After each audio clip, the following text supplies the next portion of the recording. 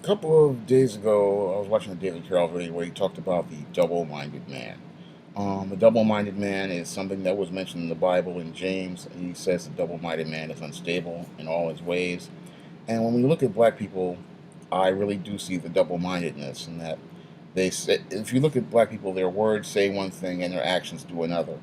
Black people will say they want something, and then when it's time for them to get that same thing, they'd go and doing something else. Like black women will say they want a good man, but yet they're with Pookie and Ray Ray and the Dusty Negroes in the black community.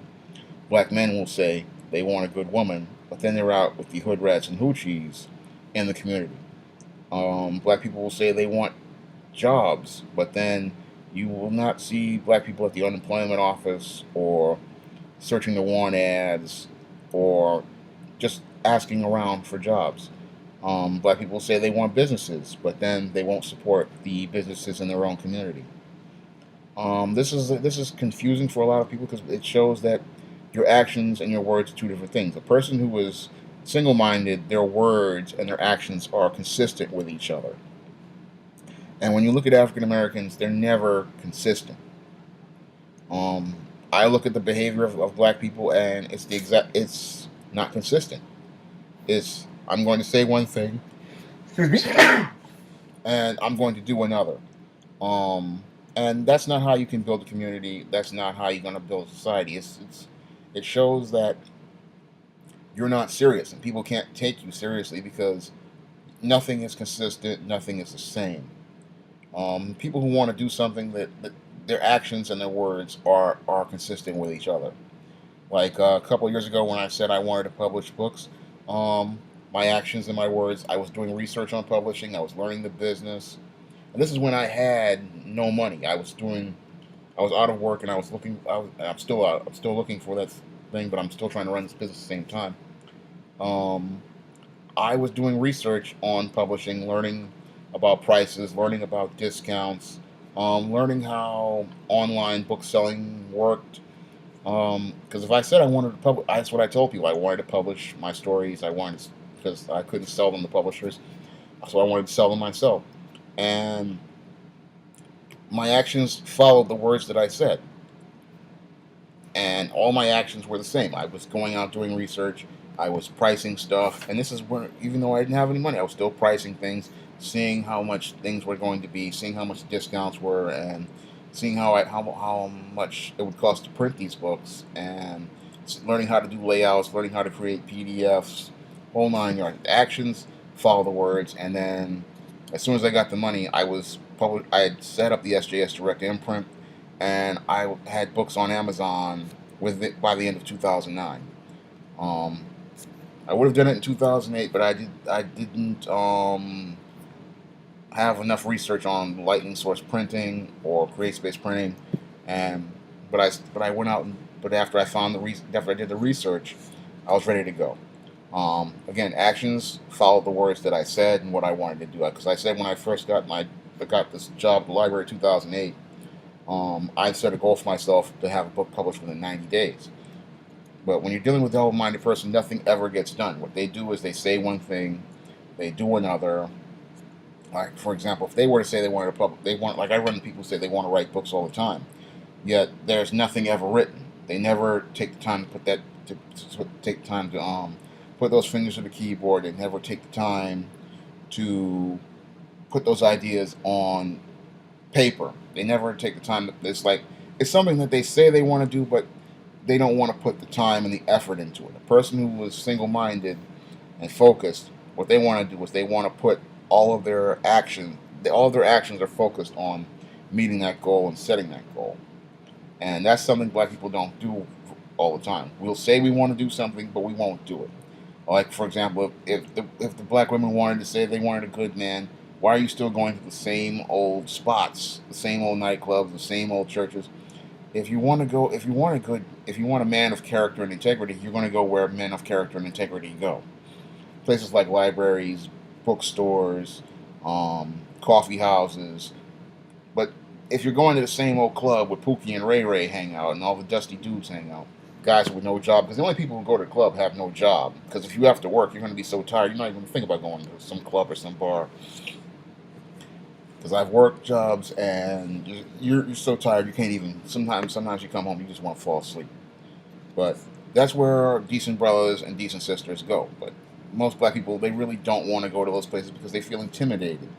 Because double-minded people, again, they're very scared. They're scared of everything because they don't want change. And that's one of the things I notice about a lot of black people. They talk about change, but they really don't want change, because change means coming out of your comfort zone, coming out of your box, and coming into something different, something where you're not going to know everything and where you're going to have to learn.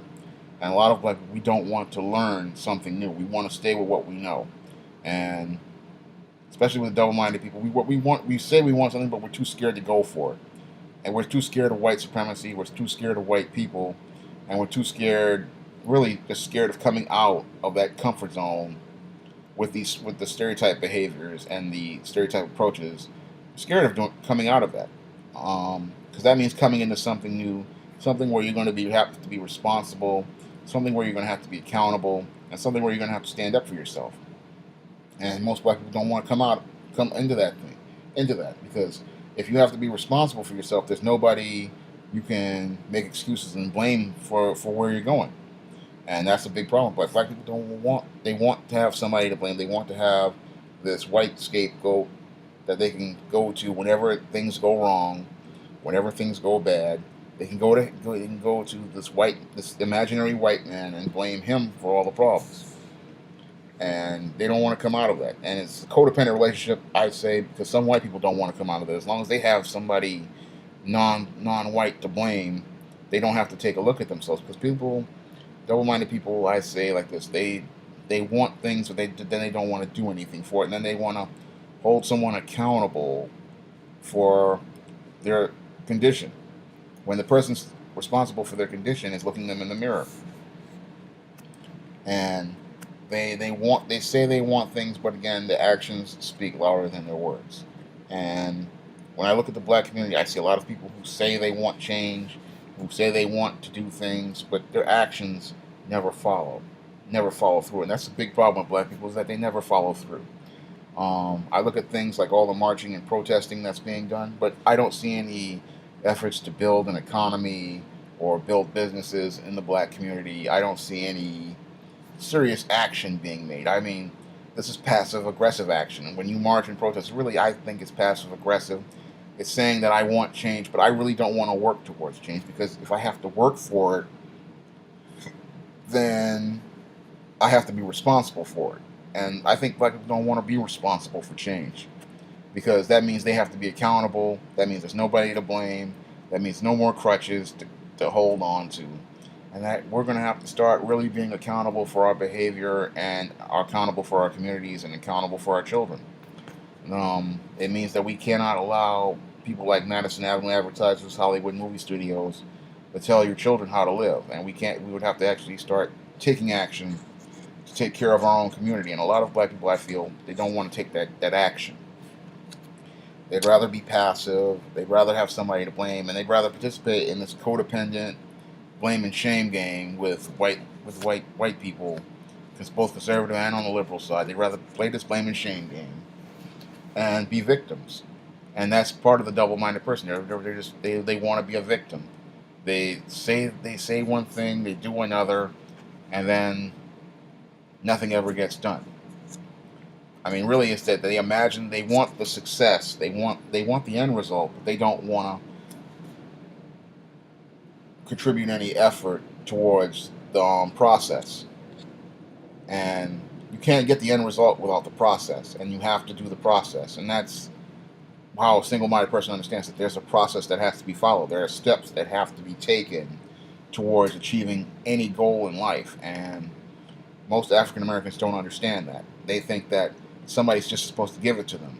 And if somebody doesn't give it to them instantly, then it's not worth having. And that, again, comes from the welfare state and the poverty mindset that many African Americans have learned over the last 41 years here in America. They've learned this: somebody's just going to give it to you, and nobody's going to give it to you. Anything worth having, you're going to have to work for, and I have to say even fight for, because if it's worth having, you're going to have to make some effort, and that's what the single-minded person understands. They understand they have to make some effort, and they can't go out seeking approval of other people. That if you want something in life, you're just going to have to go for it, regardless of whether you get support or not. I remember when I published my first book, All About Maryland, in 2009. My own family didn't want to support the book because they thought the nude cover that I put, the artistic nude cover I put on, they thought it wasn't Christian. But I still persevered, and the book was one of my most popular books at the time. It got a lot of critical acclaim and all that, and a lot of people they liked it a lot. The whole thing was that I just kept persevering, and instead of being double-minded, I stayed focused on my goal. Instead of listening to other people, I stayed focused on my goals. And that's the problem with most black people. The minute something is not popular, the minute something is not liked, the minute they can't use something as social currency, they back away, because they don't understand that you're supposed to stay committed to what your goals are. And because again, that's part of that double-mindedness. As long as when something is not fitting within the culture of white society, when something is not validated by white people or validated even by the people in their own neighborhood, they get offended. Then they want to drop it. And again, like coming out, because that means coming out of their comfort zone. That means not making. That means making up. Not if something's not making people happy. Something. Then that's the whole thing in life. A lot of things in life aren't going to make other people happy. A lot of things that you're going to do are not going to please people. Your ultimate goal, I say, in life is to please God.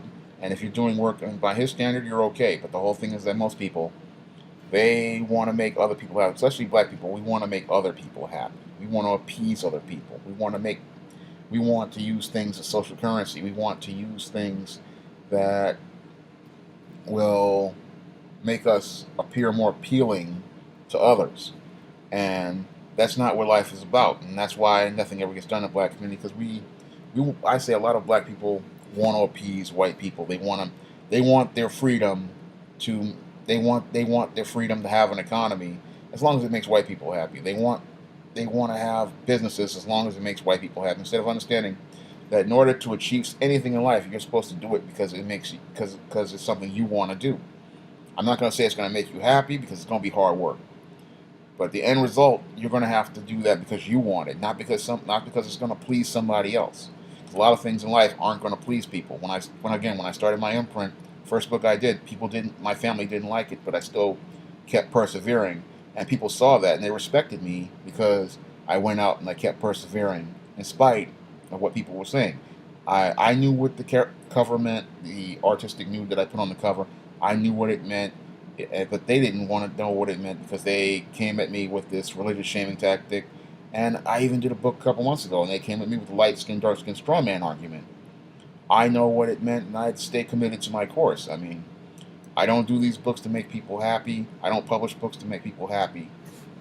I publish what I believe in, and I publish what I stand by, and I stand by what I publish. I'm trying to create positive images of African Americans, and it's not going to be standard image that African Americans are used to, because what people are used to, I don't produce. I produce things that are completely different. I produce things that are unique. And that's the way a single-minded, focused person is, and that's the way other non-black races are. They set their goals, they meet their goals, and they don't care what anybody else thinks. And that's the way black people, sadly, I don't see them thinking that way. And we really need to start thinking that way, that we do what we need to do without fear of not offending someone, because that comes back to that old cowardly slave mindset that if we go out and do something, Mr. Charlie's going to come at us with some Klansmen or burn us up. But as I see it, you can't be afraid, because you have nothing to lose. Either which way, you have nothing to lose. And when you have nothing to lose, you just have to do what you have to do and just let the chips fall. And that's the way a single-minded person thinks. But most African Americans are just too scared to go out and achieve what they want to achieve. They're too afraid of offending someone, and that's why nobody respects black people, because they give their power away. And that's a big problem in African Americans. You give your power away, you want to make other people happy. That's not your job. Your job is to put yourself first, and the sad part is most black people don't want to put themselves first, because they're afraid of offending someone. That's all I have to say for this video. You can comment, rate, and subscribe.